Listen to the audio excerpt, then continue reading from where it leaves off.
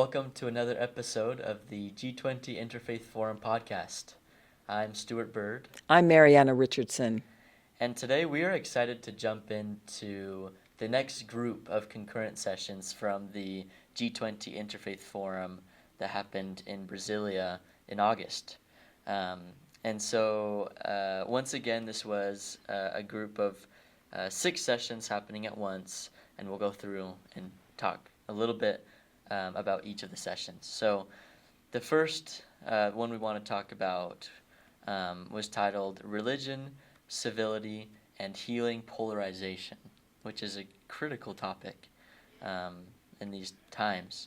The speakers included Juan G. Navarro Floria, Iranilda Aparecida Maria Francisco, Elder Ahmad Corbett, Ramin Mamadov, Mehin Darpal Kaur, Luca David Mosoma, Reverend Juan Cruz, and Daniela Chavez. And so there was a mix of religious leaders as well as directors of organizations, and just really actionable people. And we encourage you to go onto our website and read the bios. Yeah. So it's hard for us to describe how wonderful these people are and all the things that they do. And so we encourage you to go and read their bios and understand what truly amazing people they are and experts in these different fields. Yes. This session, Religion, Civility, and Healing Polarization, focused on the need to address hate speech and religious intolerance at both the grassroots and policy levels. It also focused on the potential for interfaith dialogue and collaboration to heal societal divisions and promote peace. And along with that, it talked about the need for governments to work with religious communities in developing policies that promote social cohesion. So just trying to heal that polarization that we see in the world today. So C2 was about lessons from religious advocacy on environment. And so religions have also become very much a number one player when it comes to looking at the environment and thinking of different ways that we can improve in the way that we're handling the climate crisis that we're in right now. The session was moderated by James Taylor Christie. We also had the people that were on this important panel were Father Marcus Barboza, Pastor Romy Marcia Benk. We also had Arthur Leon Dahl, Sheikh Jihad Hassan Hamada, Sherry Steiner, Paulo Ricardo Sampaia de Souza, and then Dom Zanoni de Mattino. And I do want to say these were both religious leaders, but also people who are very much involved in the whole idea of saving the environment and climate change. This session began with the moderator, James Taylor Christie, providing a context on the importance of religious advocacy in addressing environmental challenges. And I think this is something that sometimes is overlooked as we talk about this critically important issue, that religions do have a place and a part of this. And we need to acknowledge that religious communities can lead by example in environmental stewardship, because most religions do believe that we are stewards of this beautiful world. The other thing is the importance of translating religious teachings into practical actions for environmental protection, and then the potential for interfaith collaboration to strengthen environmental advocacy efforts, and then the need for ongoing dialogue between religious communities, scientific experts, and environmental challenges. It was also talked about how sometimes this idea of misinformation also comes into play, and how important it is that we go forward with the right information. And then the potential for religious environmental advocacy to contribute to broader social and economic transformation. One of the things that was talked about a lot is how the environment is also coming into play about poverty, about refugees. We have environmental refugees now, of people that are having to flee their communities because of environmental challenges. So these are also things that in a broader context we also need to look at. And the next session is very similar to that. The next session is woman and the environment. And so the speakers from this session included Carolina de Almeida Pereira, Laura Vargas, Deepika Singh, Sadhvi Bhagawati Saraswati, Musimbi Kanyoro, Monica Agrari Magami, and Dr. Husna Ahmad. And this one was really good. Personally, I wasn't able to go to all of them, but I was in this session, and it was eye-opening. And like you said, with the religions and environment, a similar focus on how there are already organizations that are looking to do good, and if they can team up with their other right organizations and focus on the right efforts, then issues with protecting the environment can have a lot of help from these women's. Well, and I don't think we sometimes think about how women are affected disproportionately more than men because of children, because of their situation, and that women in environmental change also is important to look at, just as a very separate and important issue. Yes, right. Like you said, this focused on helping with developing and implementing gender-sensitive environmental policies and programs, like you said.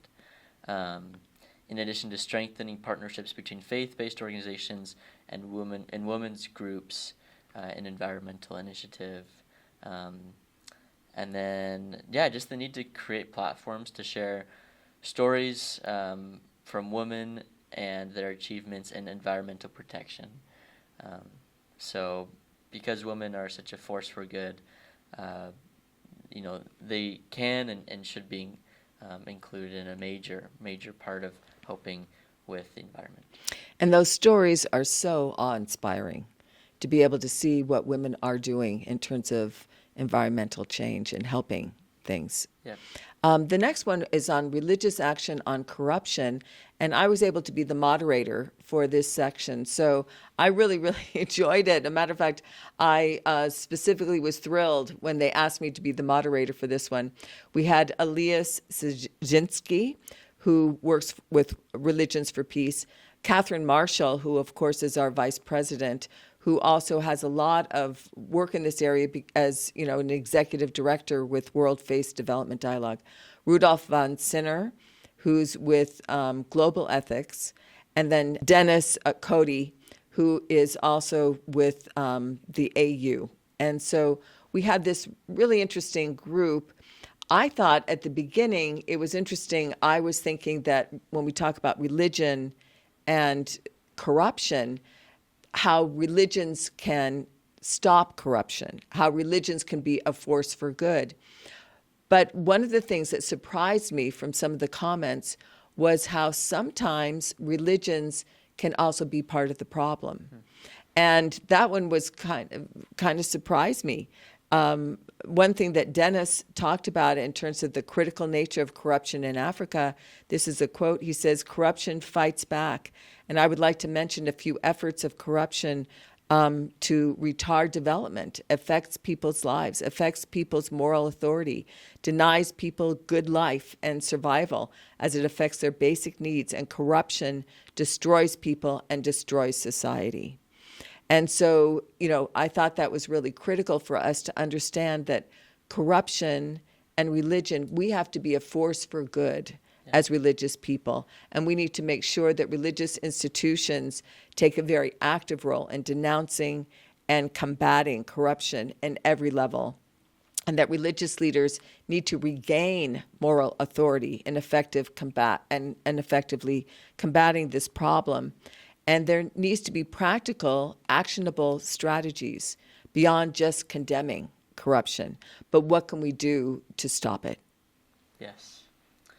This next section is titled Community Peace Building Through Four Education. And that FORB is often used. It's the acronym for Freedom of Religion and Belief.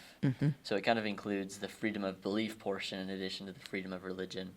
And this session included, the speakers included Philip Peterson, Rafael Suarez de Oliveira, Reverend Fred Nayabara, Lilia Casanova, Catherine Cash, and Graham McGouch. And it focused on the importance of making freedom of religion and belief, FORB, education accessible and relatable to local contexts. So, based on kind of the predominant religions and kind of the what religions and beliefs are included in the local areas. It also focused on the value of sharing best practices across different cultural and religious contexts, the need for sustained investment in FORB education at the community level, and the importance of documenting and sharing the impact of FORB education initiatives. And finally, we have our final breakout was harnessing spiritual practices for mental health and well-being in peace-building context. And this was very much kind of a hands-on one. It was actually moderated by Andre Martinez. This session was organized as a workshop, and we had professionals, peace builders, religious actors that all came together with this platform. And it was primarily to promote mutual learning. So it was just a lot of discussion talking about different ways people have tried to help with mental health and well-being and what they've done and how they've seen what's happened. So religion should promote mental health and well-being. Religion should share and identify readily spiritual practices that improve mental health. And then such practices should be used often to improve well-being and bring peace to people's lives. So this was an opportunity for us to practice some of those things. So it was a very practical, hands-on session there. Well, we hope that you also have seen through this Breakout C how the wealth of context, the wealth of information that was brought here. And we do, again, hope that you will go and listen to some of these that you find interesting. Thank you for being a part of this podcast and listening to us. Yes, thank you. Bye.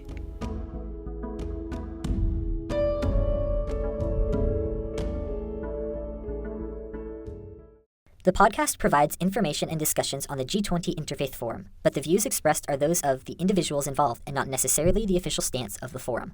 The content is for general informational purposes only and should not be considered professional advice or expert recommendations. Listeners should exercise personal responsibility, seek professional guidance, and conduct further research when making decisions based on the podcast. The information shared may not always reflect the most current developments, and external links or resources are provided for additional information but are not endorsed or controlled by the podcast. By listening to the podcast, listeners acknowledge and accept these disclaimers. Please be aware that the content of this podcast may be subject to copyright. Unauthorized copy, distribution, and reproduction of any part of the podcast is prohibited.